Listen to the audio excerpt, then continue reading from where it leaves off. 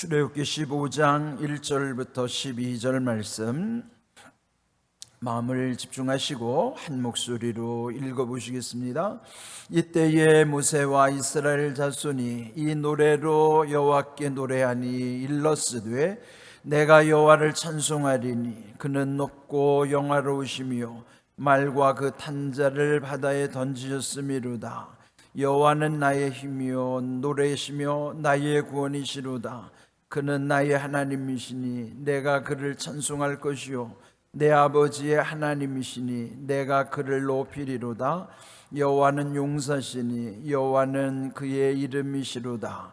그가 바로의 병거와 그의 군대를 바다에 던지시니 최고의 지휘관들이 홍해에 잠겼고 깊은 물이 그들을 덮으니 그들이 돌처럼 깊음 속에 가라앉았도다.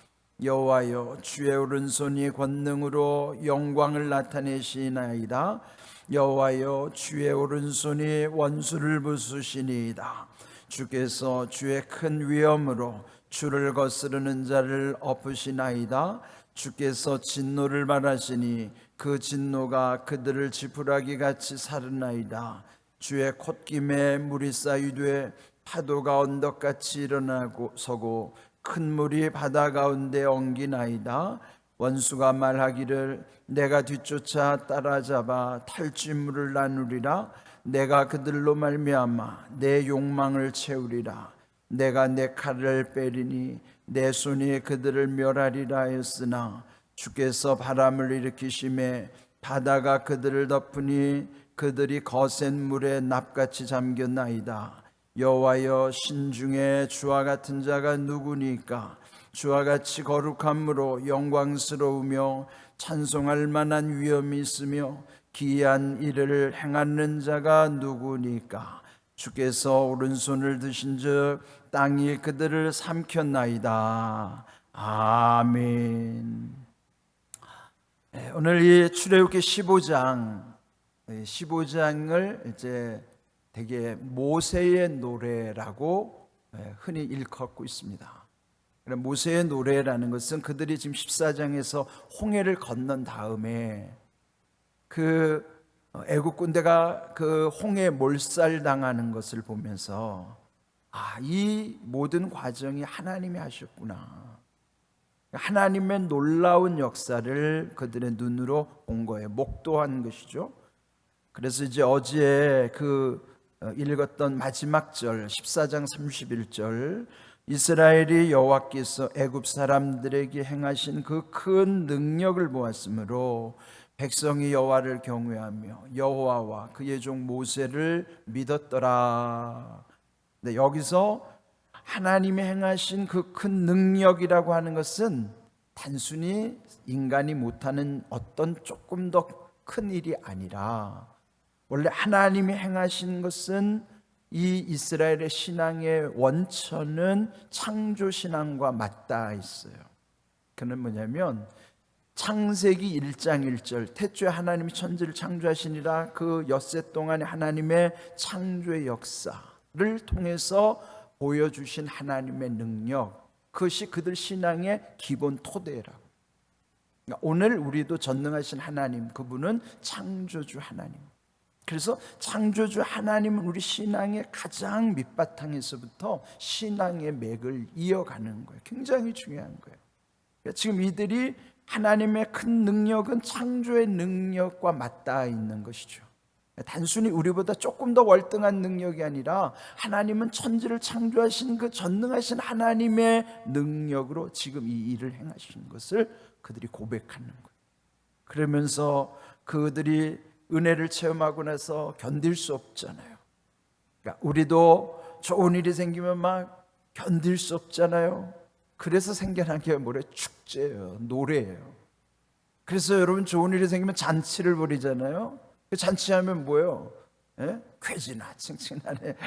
그냥 노래를 부르는 거예요. 그 축제를 벌이는 거예요. 이들이 그 견딜 수 없는 감격을 가지고 하나님께 찬양하는 노래가 오늘 이 15장 모세의 노래라고 하는 거예요. 그래서 1절 보면 이때는 뭐예요? 지금 이 홍해 현장에서 벌어진 엄청난 사건, 그들에겐 구원이지만 저들에겐 심판이 이루어졌던 그 놀라운 창조주 하나님의 창조의 역사가 지금 이곳에서 재현되고 있었다는 것을 그들이 지금 아주 얼마나 열광하게 되는 거예요.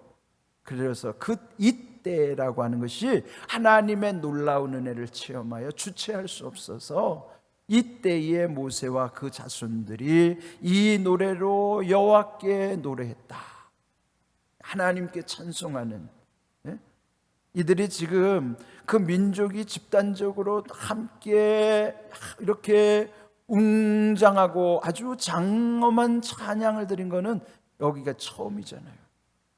찬양을 드릴 만하죠. 그래서 우리가 이 본문 말씀에서 하나님께서 찬송한다고 하는 의미가 뭔가, 그걸 우리 알아요. 그러면 노래라는 것은 직접 그 노래 속에 자기가 들어와서 흥이 나야 되잖아요. 그래, 지금 우리는 밋밋하게 가사만 읽은 거예요. 찬송을 부르면 그 찬송 속에 어떤 격정이 뿜어져 나오고 또 덩실덩실 춤을 추면서 그러면 그 분위기가 더 살겠죠. 지금 우리는 그냥 단순히 텍스트만 읽었기 때문에 그 당시의 컨텍스트라고 하는 상황은 이해가 안 되는 거예요.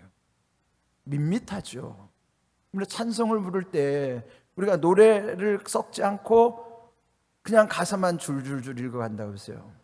그래도 가사의 은혜가 되긴 하겠지만 뭔가 이 분위기라는 게 살지 않죠. 그거 마찬가지. 지금 이걸 감안하고 우리가 이 찬송을 그 내용을 봐야 되는 거예요. 여기에 지금 뭐가 안 곁들여져? 현장감이 없다는 거죠. 그러면 어떻게 해요? 우리는 상상해야 돼요. 그 당시 홍해의 현장을 여러분도 상상하면서 그들이 어떤 열정을 가지고 지금 하나님을 향해서 찬양을 하고 있겠을까를 상상해야 되는 거예요. 왜? 여긴 지금 가사만 전달해 놓은 거예요. 그러니까 흥이 없죠. 예? 직접 경험한 그걸 우리가 경험할 수 없지만은 상상 속에서 그들이 지금 어떤 그 마음에서 하나님을 향해서 찬양을 뿜어내고 있을까를 상상하면서 이것을 봐야 된다는 것이죠. 그래서 여기 보면 원래 지금 성가대 찬양도 이따금 보면은 그 지휘자에 따라서 보면 그 찬양을 더 분위기를 살리기 위해서 이따금 보면은 이제 이게 다 파트별로 같이 하모니를 이루기도 하지만 어떤 때는 남성 파트만 여성 파트만 따로따로 하고 또 다시 후렴으로 합창으로 하기도 하고 이제 그거를 서로 남성이 부르고 여성이 부르고 이런 걸 갖다가 교차해서 부른다 그래서 교창이라고 그래요. 교창. 지금 이 형식도 교창의 형식으로 부르는 거예요. 그래서 여기 지금 이 21절까지 전체로는 모세의 노래지만 19절부터는 미리암이 거기 합세해서 미리암과 여성들이 손에 소구를 잡고 작은 북을 잡고 따라 부르면서 교창하는 장면이 나와요. 그는 뭐예요? 남성 여성이 지금 하나님을 찬양하는데 남성이 부르면 그 다음에 여성이 따라서 부르고 이렇게 교창 형식으로 이루어지는 거예요. 오늘 읽은 왜 12절까지만 읽었는가 하면 조금 상세히 보면 내용이 좀 달라요. 읽은 12절까지의 내용은 홍해 가운데 함께 하신 하나님을 찬양했다면 12절부터 후반절은 광야를 지나면서 마침내 가나안에 이르러 그 성소에 들어가기까지 하나님이 또 우리와 함께 하실 것이라는 것을 미래를 내다보면서 찬송이 흘러가고 있어요. 찬송은 하나님이 지금 내게 은혜 주신 것에 대한 찬송이기도 하지만 앞으로 이루어지는 미래를 향해서 하나님께 향하여 또 그 마음을 담아 기도하는 내용이 그 찬송 속에도 담기는 거예요. 그래서 1절부터 12절은 홍해가 중심이고 그 이후는 광야를 중심으로 계속 이어지는 그들의 여정이 그 함께 들어가 있는 거예요. 그래서 내용적으로 구분하자면 홍해와 광야로 구분될 수 있기 때문에 오늘은 12절까지만 읽은 거예요.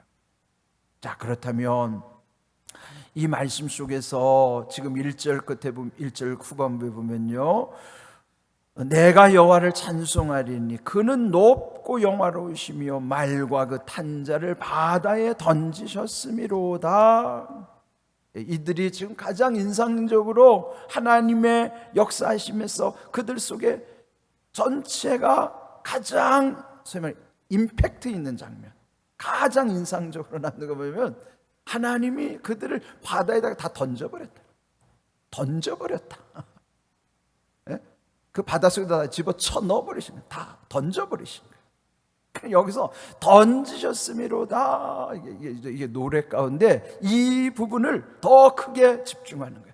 던지셨음이로다, 던지셨음이로다. 이게 그래서 여기 보시면요, 4절에도 보면은 그 군대를 바다에 던지시니 이런 말씀 있죠. 그런데요, 이 마지막 노래 끝 21절이 그 모세의 노래 끝부분인데, 그 끝에도 보면 미리암이 그 누나 미리암이 그들에게 화답하여 교창하는 거예요. 이르되 너희는 여호와를 찬송하라. 그러면서 거기서 했던 걸 다시 반복하는, 그는 높고 영화로우시며 1절의 내용이 그대로 있어요. 말과 그 탄자를 바다에 던지셨음이로다. 그게 여기 제일 중요한 게, 말과 그 병걸 탄 그 모든 애굽 사람들을 다 바다에다가 다 던져버리셨다. 그들 속에 가장 인상적인 장면인 거예요. 그러니까 이 부분을 강조하는 거예요. 던지셨음이로다, 던지셨음이로다. 그러니까 우리도 어떤 가장 인상적인 장면이 남을 때는 막 그 부분에 막 흥이 나잖아요. 흥이 나죠. 이들이 하나님께 찬양을 드리면서 그 가장 중요한 거면 하나님이 어떻게 역사하셨는가. 그 가운데 2절, 여호와는 나의 힘이요 노래시며 나의 구원이시로다. 이 말씀 속에는요, 찬양을 받으실 분이 누구인가? 찬송 받으시는 하나님이심을 강조해요. 여호와 하나님은 찬송 받으시고, 찬송을 받으시는 하나님이신데, 그 다음에 그분은 하나님이 나의 힘이시고 나의 노래가 되시고 나의 구원이시로다. 그렇기 때문에 찬송한다는, 그게 뭐예요? 찬송할 이유예요. 우리가 왜 찬송해야 되느냐? 찬송할 이유 3가지를 이들이 말하는 거예요. 여호와는 나의 힘이시오 나의 노래이시오 나의 구원이시기 때문에. 오늘 우리도 하나님을 찬송해야 될 이유는 그분이 나에게 나의 힘의 근원이시기 때문에. 내 노래, 그분이 나의 기쁨이시고 또 그분이 나를 구원하시는 분이기 때문에, 그래서 그분이 나의 하나님이시, 나의 힘, 나의 노래, 나의 구원, 곧 나의 하나님. 뭐예요? 나와 직접적 관계요, 주관적 관계를 말하는 거예요. 객관적으로 말하는 게 아니고 신앙은 주관적인 거예요. 각각 자기의 신앙의 연결이 이루어지는 말씀입니다. 누군가의 하나님이 아니고 나의 하나님이 되어야 된다, 이 말이죠. 이게 굉장히 중요한 거예요. 여러분의 하나님이 각각 자녀들에게는 자녀들의 하나님이어야만 하지, 여러분의 하나님이 그 하나님을 그 아이들이나 다른 사람들에게 여러분의 하나님인 것처럼만 전해주면 안 된다, 이 말이야. 그들의 하나님임을 깨닫게 해줘야 돼. 하나님은 철저히 개인적으로 함께 하신 하나님이지, 어떤 전체나, 물론 전체에도 함께 하시죠. 그러나 누구를 통하여 간접적인 하나님이나 객관적인 하나님이 아니란 말이에요. 주관적 하나님은 나의 하나님이시란 말이에요. 그래서 찬송해야 될 분명한 대상과 찬송해야 될 이유가 있는 거예요. 그 하나님을 찬송해야 될 그분이 나의 힘이요 나의 노래가 되시고 나의 구원이시기 때문에 그분이 나의 하나님이시라는 거예요. 이 놀라운 것을 고백하면서 3절, 여호와는 용사시니 여호와는 그의 이름이시로다. 여호와, 그 이름을 높이는 거예요. 여호와 이름 자체가 그 능력의, 권능의 힘, 이름이신데, 그분이 용사가 되신다는 건 뭘까요? 이게 고대 전쟁을 보면요, 그 고대 전쟁은 정예병사가 있는가 하면, 대개 전쟁이 일어나면은 평소는 자기 일 하다가 징집을 하면은 그냥 다 몰려갖고 다 민병대처럼 나가 싸우는 거예요. 농사 짓던 사람들, 자기 일하던 사람들이 징집당해서 가서 전쟁이. 그럼 그 무슨 싸움, 뭔 힘이 있겠어요?